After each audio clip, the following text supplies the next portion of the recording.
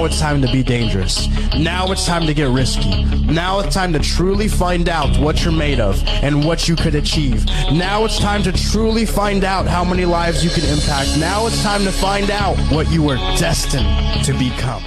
What up, everybody? I'm your host, Erick, and welcome back to Raw Minds. Today's conversation goes somewhere where most men don't talk about until it's too late. We're talking about the body telling the truth before the mind is ready to hear it. My guest today is Dr. Elliot Justin. He's an emergency physician with over 25 years in the trenches of healthcare.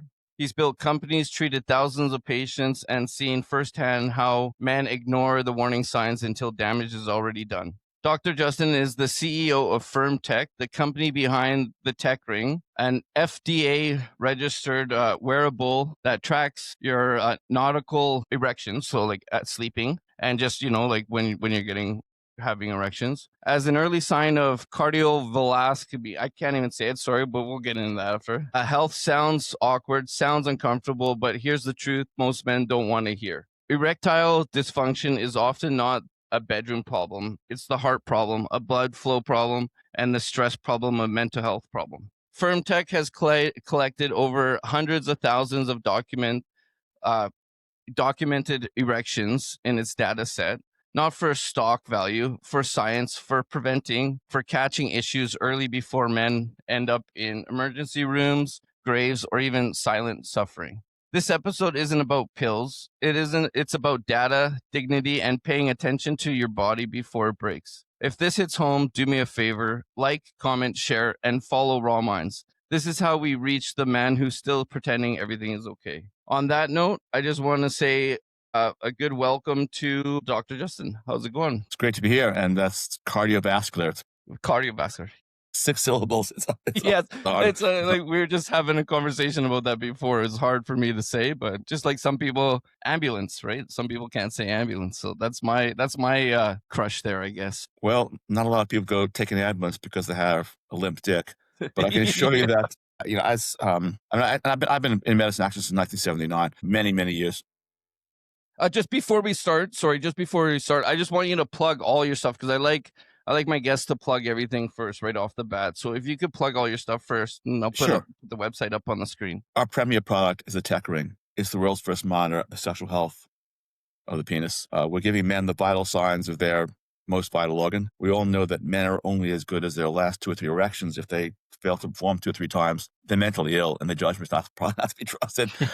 So that's the TechRing. It can be worn overnight to count the number of nocturnal erections, the duration of firmness. It can be worn during sex to measure duration of firmness to assess your performance. And there's nothing else like in the world. There's also an effective, we call them cock rings, but I don't like that phrase. It's really an erection ring because that's what they're doing. They're sustaining, monitoring erections. And I just want to say that too, this is the affiliate code. So if you guys want to get a bit of a discount, hit up my affiliate code there and you'll get a good discount. So I just wanted to put that in there as well. Sure. Our second product, and actually our most popular product, is called the Maximum Performance Ring. And this is an erection ring that's been specifically designed, aside from safety, to produce more intense orgasm. Don't we all want that? And I'll explain how it does that in a little bit. It's also it's been demonstrated in 2 studies to be as effective, if not more effective, than Tadalafil, which is Cialis, the most commonly prescribed erection pill in the world. So if men are looking for a non-pill alternative, frankly, where they should go first, that Max PR is a good place to start. The third product is the Performance Ring. This is for men who are bigger or think they're bigger. Men in the 95th percentile on curves, or just looking for an erection ring that's a bit more less snug because they're not familiar with them.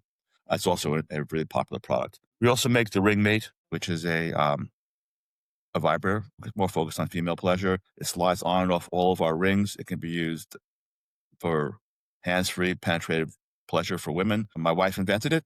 Our complaint with it is that she comes too quickly. Not a bad complaint to have.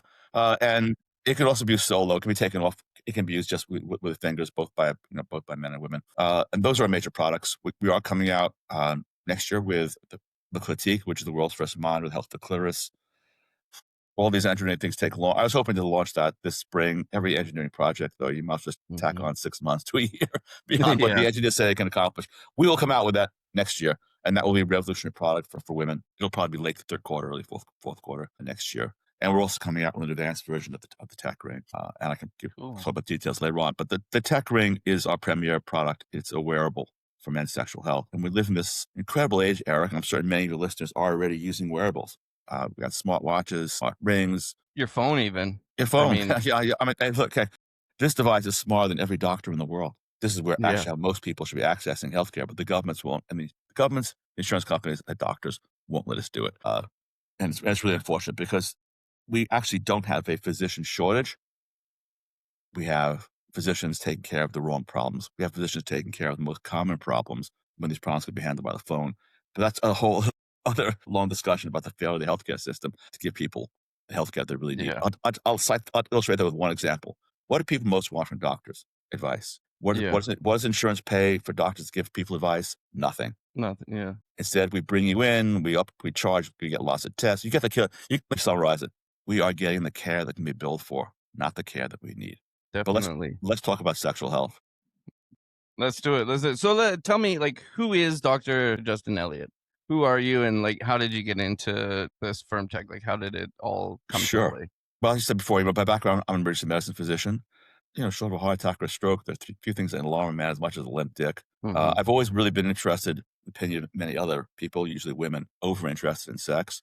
If you want to go the deep background, Eric, I think I'm the only physician I know whose mother took him to see a urologist twice when he was an adolescent because she was concerned that his masturbation habits might lead to his failing to get into college or even graduating high school. Anyway, here I am today, Mom. You were wrong. The first day of medical school, kind of looked around, thought, Eric, these are not my people. So I went to the medical library back in the day when libraries were still utilized because it's before we had phones. Yeah. And at that time, there's something called the Index Medicus, which is published every year. It was multi-volume. It had organized by alphabetically. It had every article that was published in the last year and a little summary about them. I went for the A volume because I wanted to read about aphrodisiacs. There was exactly a line of medical students lined up behind me clawing to get the same volume.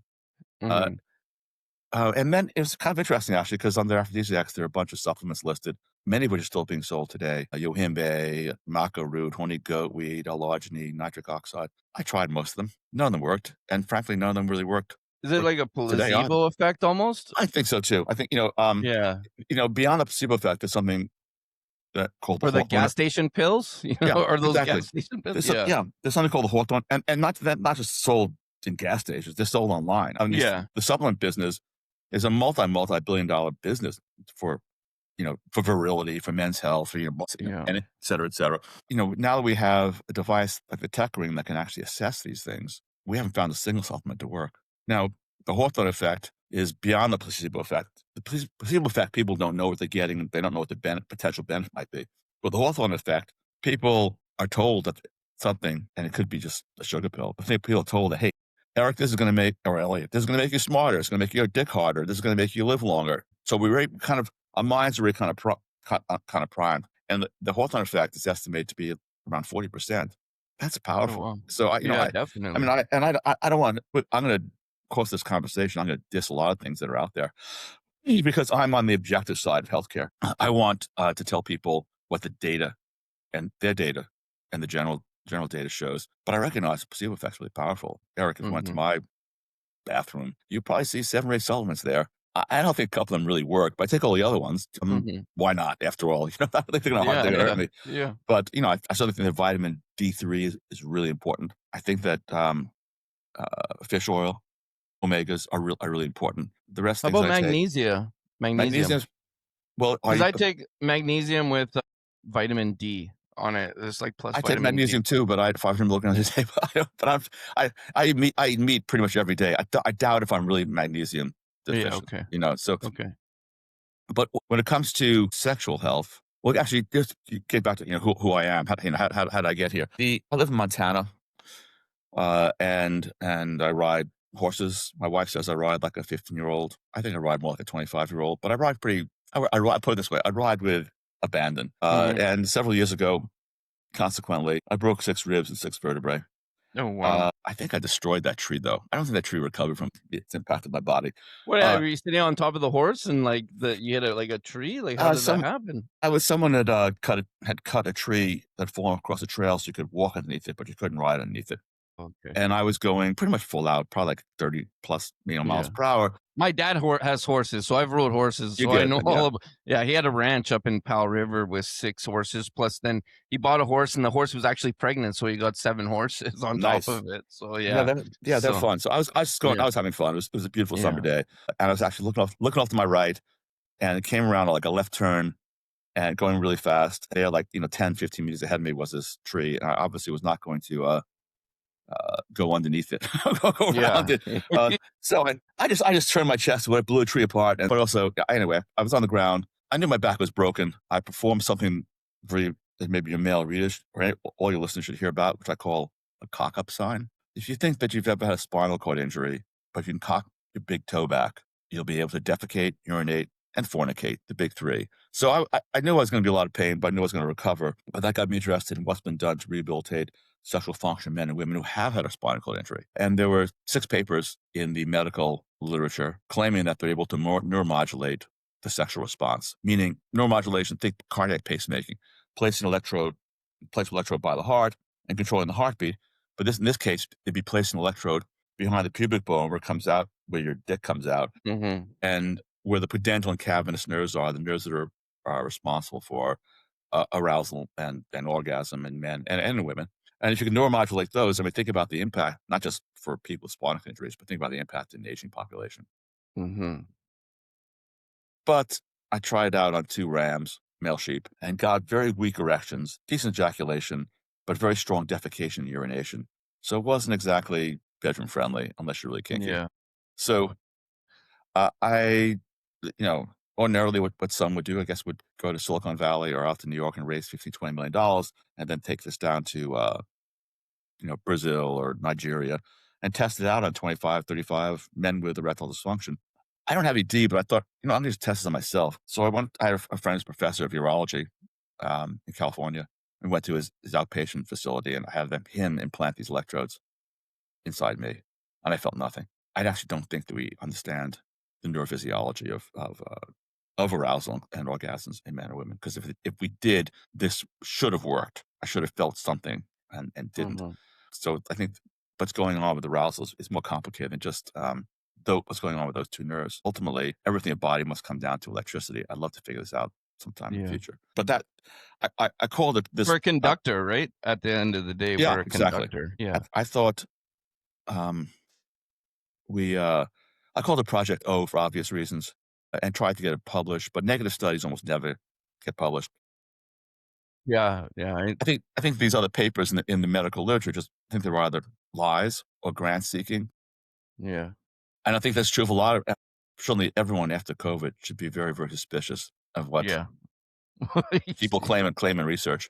Yeah, no kidding. Because most of it is fiction and a lot of it's just money seeking. Anyway, Yeah. years later, I was working on another sensor technology because I got very interested in remote patient management sensor technologies and kind of became, as a consultant, became a link between the doctors with an idea, the engineers who want to overbuild it, the businessmen who want to spend as little much money and make as much money as possible, trying to coordinate their efforts to deliver products, usually in diabetes or cardiology.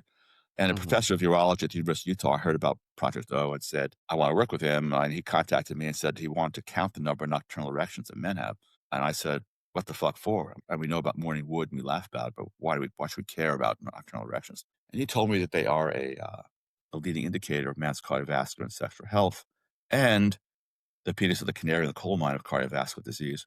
Well, that kind of took me back because 1, I didn't know about that.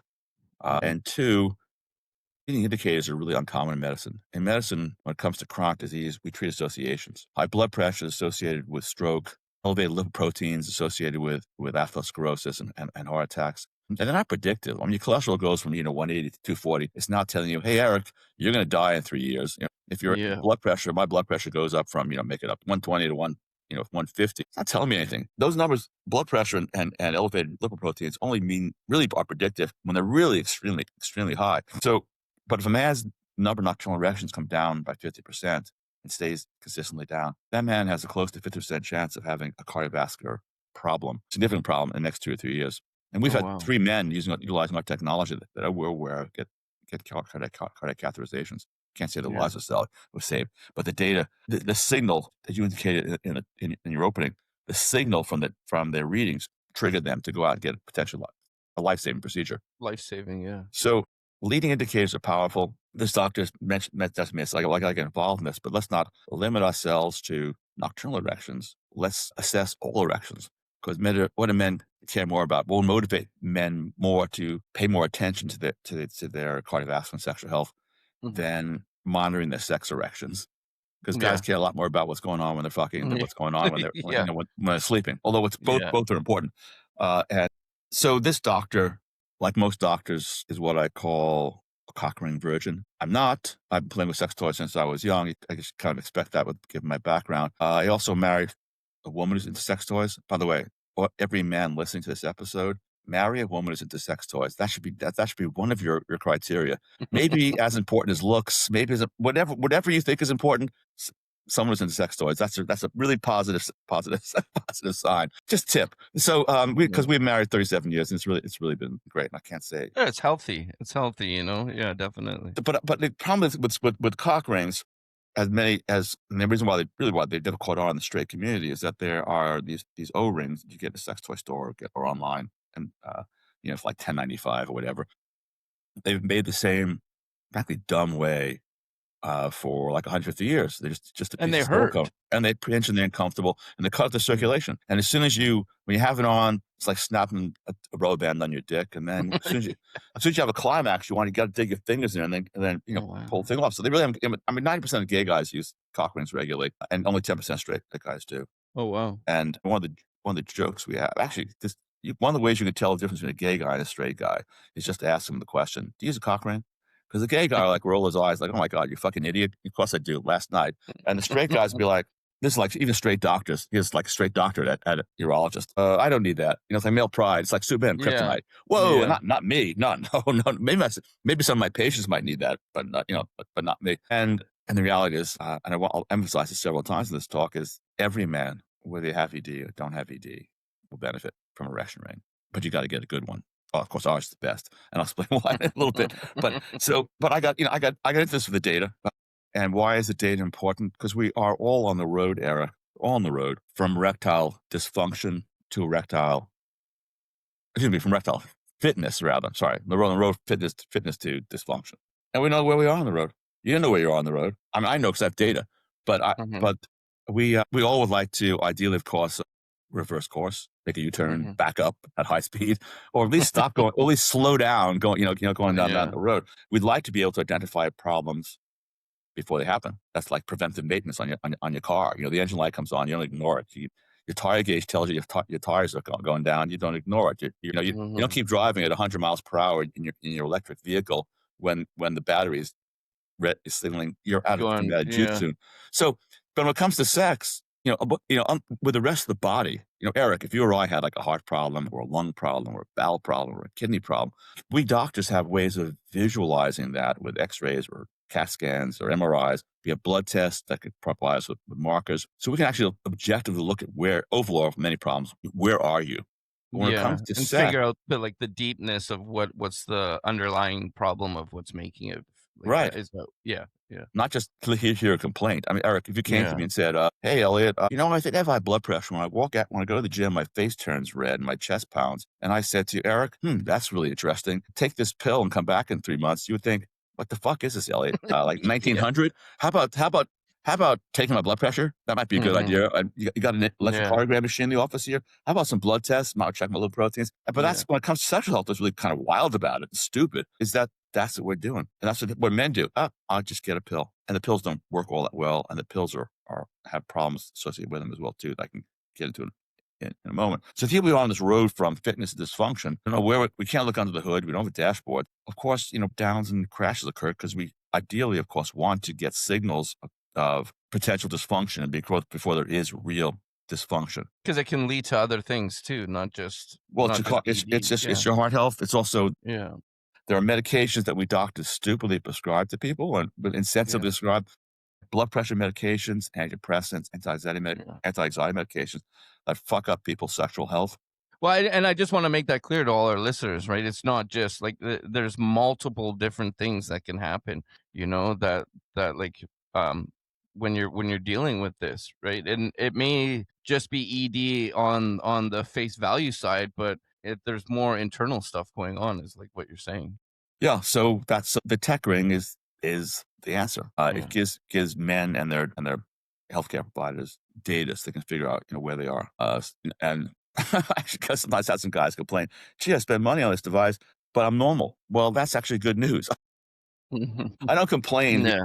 If I take my car in and they tell me, "You know what, Elliot? There's nothing wrong with there's no additional use with cars. It's used like, well, we found this problem, that problem. It always ends up costing $1,000. I don't know what. I don't feel bad when I go to the doctor and he says to me, Elliot, your electrocardiogram and your blood tests are all normal. Well, that's actually good news.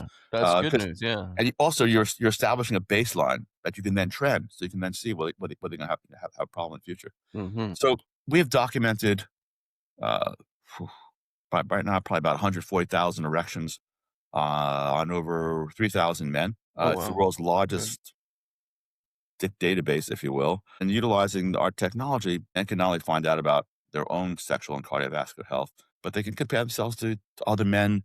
A man. I'm 72. I'm 72. 41. So the majority of our men are between 45 and 65 are on the but if you or I were to use this device, we would be comparing ourselves to probably about 1,000 men within 5 years, older than us or younger than us. And of course, we don't want to be average, do we, Eric? We want to be optimized. Mm-hmm. We'd like to be, Yeah. hey, I want to be top 10%, 90 plus percentile. The data can be used to measure the impact of, to establish a baseline, someone's healthy, or it can be used to measure the impact of really common diseases like diabetes, hypertension, obesity upon someone's. How about with sperm? Like, can it help with like your sperm count and stuff like that, or no. that's different? We don't do that. There are you can get tests actually at home now that can test your sperm health. Okay. Okay, so the ring won't do anything with that. It's more or less with your heart and everything, right, with that. But the ring is being used to tell you what the right dose of testosterone is if you're taking TRT. Oh, okay. Because right now with TRT, which is becoming really popular and probably so in the United States, I really think that every man 35 plus should get his testosterone, free testosterone blood test assessed. Why? You might not have a problem now, but if you have a problem in the future, it'd be nice to be able to compare. I had a buddy that had that low testosterone, and he was like, he was actually getting pretty like very tired and very just lethargic or whatever it's called. Lethargic. Yeah. Well, with T, of course, you really want to identify the problem before it becomes a bigger problem. I've got three, and I'll explain just 1 second how I use my device with T. But I've got 3 men, your age group, your age bracket, 40 to 46 right now that I'm taking care of, who have low T, and they got and my T's optimized, so I inject. But before I did, I had normal, I had normal low T for a man my age, and I had no symptoms. I was on, I'm a high energy person. So it'd be hard for me to actually notice it, but I should have been taking T probably years earlier. But these guys, 3 guys, are all complaining about several things. Either it could be energy, but for all of them, it's actually about sex. What they've noticed, and what their 2 of the 3 wives bitch about, is you're not initiating sex anymore, and they're aware of it. These guys have gone from initiating sex 3, 4, 5 times a week in their 30s to in their early 40s initiating sex once a week, and being less receptive to it. Because when a guy's losing his sexual confidence, he'll make up excuses not to have sex. I'm tired. Work is really hard. I'm worried about paying the mortgage. This is a problem at work. You and I aren't getting along. The old headache trick, right? Yeah, I got a headache. But men do it. Men do it too. But these guys are kind of more. They're kind of aware. They're kind of aware they're doing it. I mean, women, and they're also less receptive to their wives initiating sex. So, women, because women have to put up with men, the receptivity issue is less of a data point to my mind with them. But it still is one to follow. Anyway, how do I do how do I do T? If you go to a doctor, they'll ask you, how's your energy, how's your sleep, how's your libido, and they'll get a blood test. And unfortunately, when it comes to blood tests today, a lot of guys are low T, and we don't really know why. And we're blaming endocrine inhibitors, plastics, and nanoplastics in the diet. And it's probably something something to that. We don't really understand it, though. I think some people want to blame porn. I think that's bullshit. I think it is probably something in the diet, and really should eat. We should watch what we eat. We should eat less Yeah. processed foods, things of that nature. But Yeah. what can we do about it? So the doctors will say to you, well, how's your energy? How's your sleep? How's your libido? Well, most people will want more energy. I'm Yeah. an energetic person. I like that more energy. I still like that more energy. Yeah. I mean, energy is good, right? You want Yeah. it gets Sleep. things done. I mean, Yeah. we all like sleep better. And what the fuck does libido mean? I don't even know. So libido, I want to quantify. I'm on the objective side of this, so I always want to quantify things. So libido, to my mind, is how often a week are you initiating sex, and how often a week are you receptive to sex. And now I have 2 data points that I can follow. Energy. As far as energy goes, I'm more interested in muscle. So when it comes to testosterone, men should, especially younger men, they should gain muscle when they take testosterone. A lot of gyms have bioimpedance tests where you can do in the gym, but you kind of do it at home. Just put a tape measure on your biceps and your pectoral muscles before you start T, and then see what the results are. I mean, I primarily take T because I gained, the first 6 weeks, I gained 10 to 50% upper body strength, as measured by curls and by bench presses. I do a cross fitness routine, but I'm a guy, so I got to do some bench presses and curls. It's just it's a part of what we how we measure ourselves. But I was impressed with the change, and how the increase So in my strength. when you talk like testosterone, are you talking though like the steroid, but like through doctor given, or you talk Injected. like injected It's through gotta the be doctor? in my Obviously. opinion, it needs to be injected. I Yeah. don't. I Okay. am. Do any of these natural supplements that are going to supposedly release more testosterone into your body work? I don't know. I haven't Yeah. seen anything really conclusive about any of them, and we're actually doing a project with a company right now to assess whether their nutraceutical works, whether it frees up more testosterone. But I know if I'm injecting it, it's getting to the body. But are you doing it yourself, like as a patient, say like Yeah, as not a doctor, guys but inject it. so you do it yourself? Men inject twice a week. Yeah. Okay. And so what do I follow? I follow their muscles. I follow their nocturnal erections. Are they getting more blood flow at night, as measured by the duration, firmness, and number of the nocturnal erections? And are they reporting that their attitude towards sex has changed? Are they initiating sex more often? Are they more receptive to sex being initiated by their partners? And I'm impressed by by the results, because I now have, as opposed to what the doctors generally do, which is pick on myself. Oh, so Elliot, he's 72 years old. He weighs this. His BMI is this much. Well, let's keep him around 600 or 700 full T. I don't want to be average. I want to be optimized. And that doesn't, but what I've noticed with T, and both using it and taking it, is that at some point, there's no more benefit. And this is where a lot of guys make a mistake. You plateau? Is that what it is? Exactly. Because it's not just about the testosterone that we're putting in. It's about the receptivity to the testosterone receptors. We can't quantify those type testosterone receptors, but at some point, they're overwhelmed, just like they are with any vitamin or supplement that we're taking. You can take more of it. Like we talked about magnesium before. If I took 2,000 or 3,000 magnesium, like getting more into my body, I doubt it. I just piss it out. Yeah. When it comes to testosterone, my experience was that around 1,100, 1,200, I wasn't getting any more benefit that I could see measurably, and I was becoming kind of an asshole with my wife. So it does. I mean, there are physicians and men who deny that elevated levels of testosterone affect mood, and then there are people really concerned. They call it testosterone rate. Well, I mean, you think about it, like bodybuilders that do steroids and stuff like that. You're pumping the testosterone, into your body. What is it? Or growth hormone, GH is one of them, right? Yep. There's that. There's like the test. There's all these other types, right? But you're pumping that in, and it makes you more aggressive. You know what I mean? So I could see how that does it. That's just probably on an even higher level though, because you're aggressively pumping this shit into your body. They're taking really high doses. Yeah. Interestingly, we maybe one of the 2 youngest guys who used our device. His wife got it for him. He was in his mid-20s, as I recall, but he was initiating sex about once a week, and his erections were weak. The guy, he's a bodybuilder though. He's taking illegal stuff. Yeah. And he stopped everything, and he's now up to 3 nocturnal erections. It took him about a year and a half to recover, though. He's supposed to be guy his age should be having 5, but he now is. They now have a baby, and that was, of course, that was why she bought the device for him, because she wanted him to get his dick to work. Yeah. Well, there's that one steroid, and it's called, I think it's Deca, and they call it Decadink because You can't get hard on it. Yeah. Yeah. It kills your erections. But getting back to the data, the big discovery with the data was what the doctors are treating as the leading cause, thinking is the leading cause of erectile dysfunction, is actually the second leading cause. So, and I'll explain. The incidence of erectile dysfunction goes up 10% per decade after age 40. And by your age, it's 40%. Mhm. That's a lot of dick problems. By my age, Yeah, it's man. 70%. And the expectation was that the number of nocturnal erections would go down, the firms of sex erections would go down, and the firms of nocturnal erections would go down. As this goes up, all those things would go down. And that's true for about 12% of men who have a problem with their heart. They're not pumping up blood to their dick. They got angina, No. they've had a heart attack, they got congestive heart failure. Or men who have narrowing of the pipes, the arteries that go from the heart to the penis, and the narrowing due to poorly controlled diabetes or hypertension usually. And often a combination of both the heart not pumping up blood and the arteries getting narrowed. These guys don't get enough blood into the penis. Well, that's only about 12% of men, 30% of men. The vast majority of men with this large database now, they're staying just as hard into their late 60s, late 70s. And the tapering that occurs then is not, like it falls off a cliff. Yeah. It's not enough to account for the fact that so many men are reporting erectile dysfunction. Well, what's going on here?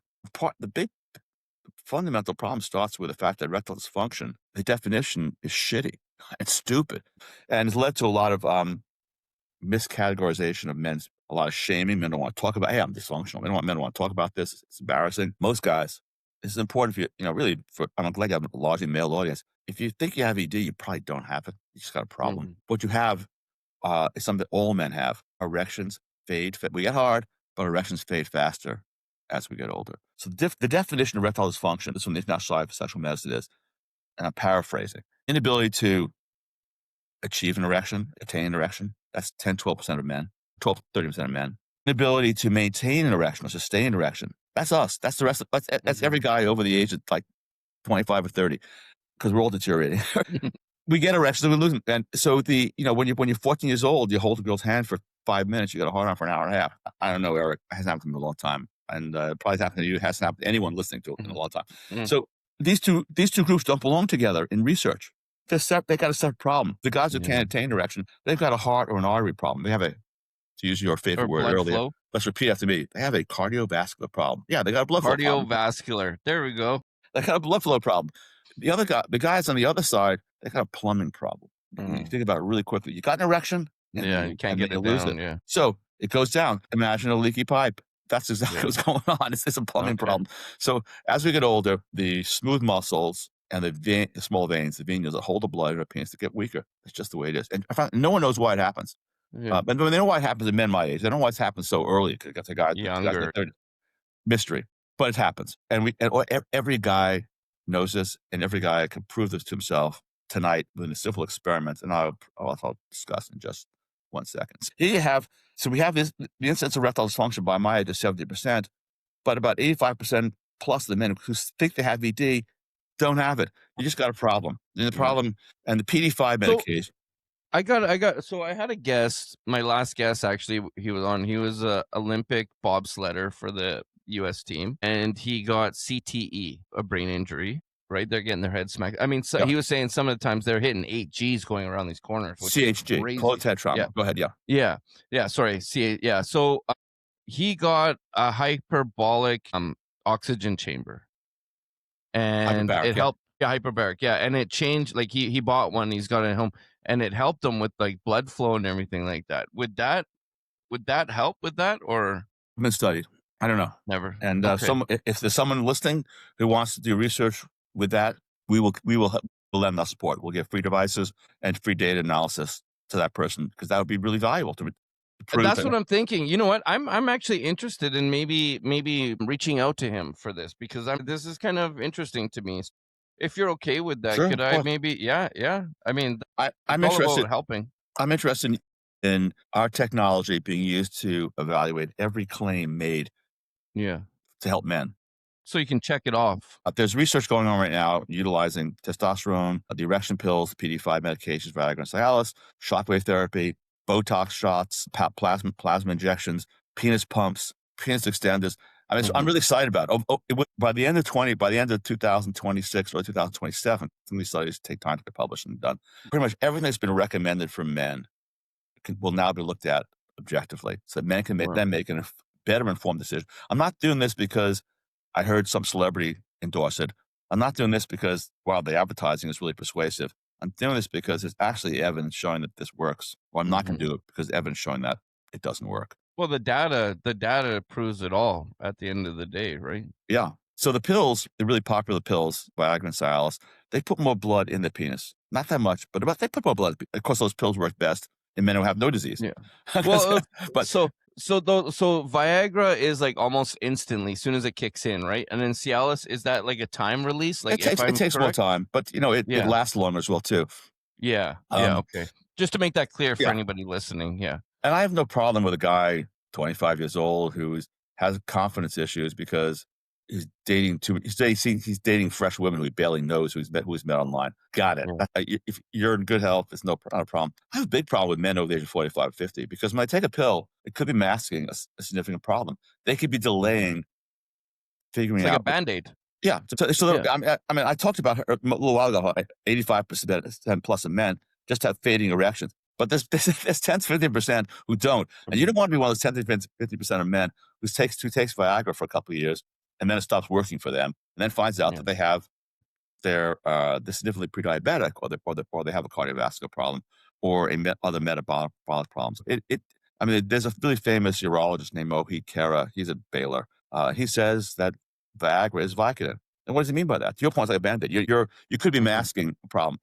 But getting back to most men, the 85% of men, bear in mind that the pill will put more blood in. And I have no problem with taking those pills. But your problem is more with keeping blood in. Keeping it, yeah. So these erection rings that we spoke about earlier, these hard silicone rings that pinch are uncomfortable, they're not the answer because those things are a chokehold on your dick. You got to get an erection for them to really work, and then you slide the ring on. And it's like you're lynching your dick. Mm-hmm. I call it the cock ring problem because I played around with cock rings all my life, and I never found one that was comfortable. But when I had to come up with a way of counting the number of nocturnal erections overnight, I had to reinvent the erection ring.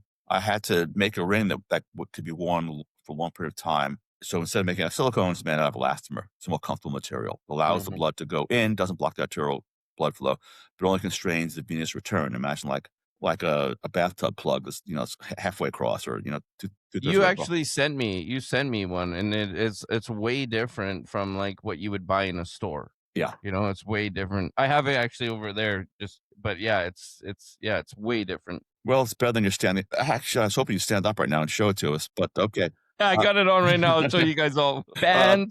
Anyway, I mean, also the ring was designed to be really safe. I mean, we've sold 26,000 rings. I would guess that our rings have been used during sex well over 1 million times around the world. And we've had, and this really surprised me. I'm not surprised we haven't had any men not have to go to the hospital because it closes with a hook and loop. It's really safe. It's easy on, easy off. But I thought by now I would have certainly seen some, given men's hygiene, I would have seen at least some guy send me a picture of a yeast infection in his crotch. I haven't seen. As far as I know, we've had 0 men had to see a doctor. 0 men have to even get a prescription to get for a yeast infection. That's really surprised me. And obviously I'm really pleased by the fact that guys, some guys will pulls on my pubic hair. Well, here I got one for you. Just I got to throw this in here. So sure. I have a friend that's a nurse, and she said one of the wildest things that she ever seen is this guy came in and he had this thick metal cock ring on, and he couldn't get it off, and his dick was hard, and he could not get it off. And the doctors were trying to figure out how to get it off. They had to call the custodian guy or whatever to come. That's and right. He had these metal bolt cutters. Yeah. And they had a bolt.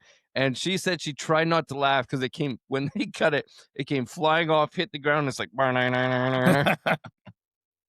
yeah. So, I mean, that's just dangerous. You know what I mean? And so the product that you have, I mean, I have it. It's great. It really is. It doesn't hurt. It's not like that you're not literally ripping it off and then letting it go and then you're in pain. That you can't even, you know what I mean? That's Well, it was designed, look, first up, here's an experiment that any guy can do to prove the power of a ring. Because a lot of guys will say, I don't need that. Well, it's about taking your erection in terms of hardness and intensity of orgasm from good to great.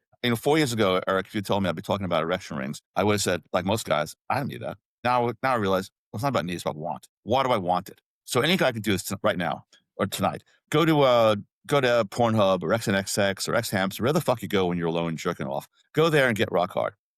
And then do nothing. And your erection will go down about 25, 35 seconds.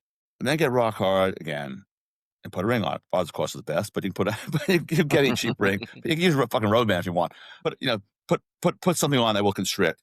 And you're going to stay harder over 2 minutes. And what's that telling every man? It's telling every man, I can stay harder, longer with a ring. And the more blood that's held in the penis, the more hard you are and the more powerful your orgasm. Now, with our maximum performance ring, which was designed specifically to increase the ejaculatory phase by 50% in most men. The longer the ejaculatory phase, the more powerful the orgasm.